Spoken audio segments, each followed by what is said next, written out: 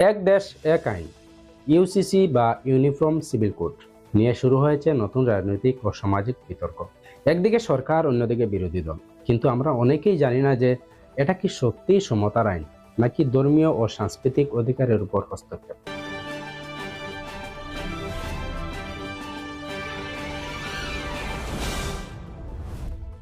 আসাম ভারতের উত্তর পূর্বাঞ্চলের একটি গুরুত্বপূর্ণ রাজ্য, যেখানে ভাষা, ধর্ম, সংস্কৃতি আর জাতিগত বৈচিত্র্য মিলিয়ে তৈরি হয়েছে এক জটিল সমাজ ব্যবস্থা। কিন্তু 2026 সালে আবারও আলোচনার কেন্দ্রবিন্দুতে আসাম, কারণ ইউসিসি বা ইউনিফর্ম সিভিল কোড নিয়ে শুরু হয়েছে নতুন রাজনৈতিক উত্তেজনা।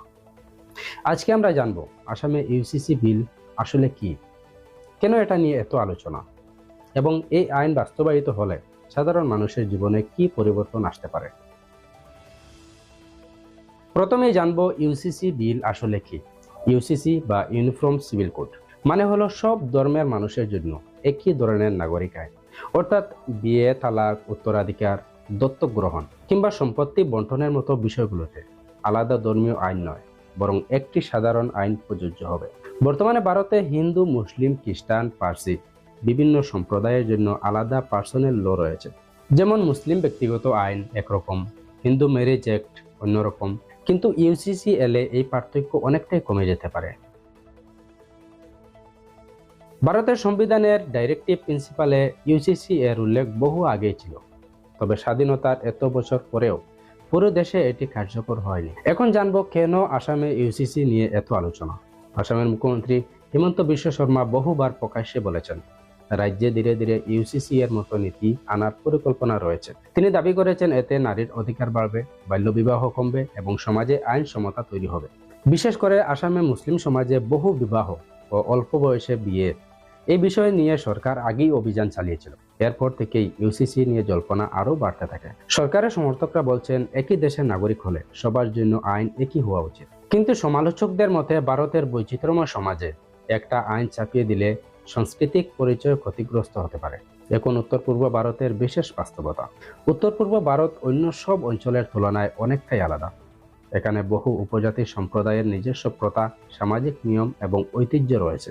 নাগাল্যান্ড, মিজোরাম কিংবা মেঘালয়ের মতো রাজ্যে সংবিধানের বিশেষ ধারা অনুযায়ী অনেক সাংস্কৃতিক অধিকার সুরক্ষিত। আসামেও রয়েছে বড়ো, কার্বি, মিমিং সহ বহু আদিবাসী সম্প্রদায়। তাই প্রশ্ন উঠছে, ইউসিসি এলে কি এই ঐতিহ্যবাহী আইন ও প্রথাগুলো বদলে যাবে?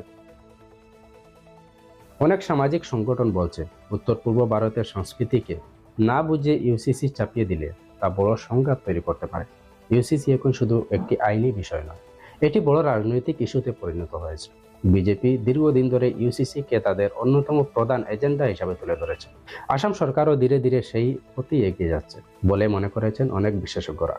অন্যদিকে বিরোধী দলগুলো অভিযোগ করেছে এই ইস্যু ব্যবহার করে ধর্মীয় মেরুকরণ বাড়ানো হচ্ছে। বিশেষ করে মুসলিম অধ্যুষিত এলাকাগুলিতে ইউসিসি নিয়ে উদ্বেগ অনেক বেশি, কারণ অনেকেই মনে করছেন এই আইন তাদের ধর্মীয় স্বাধীনতার উপর প্রভাব ফেলতে পারে।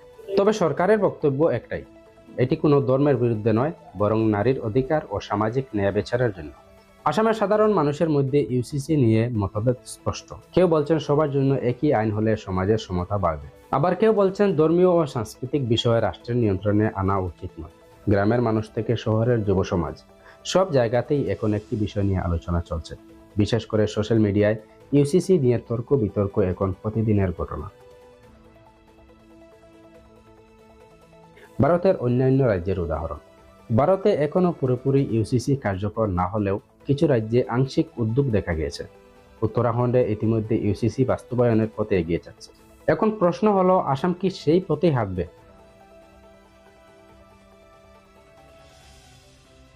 শেষ পর্যন্ত প্রশ্ন একটাই, এক দেশ এক আইন।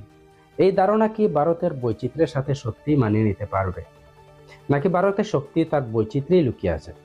আপনার মতামত কি? কমেন্টে অবশ্যই জানান।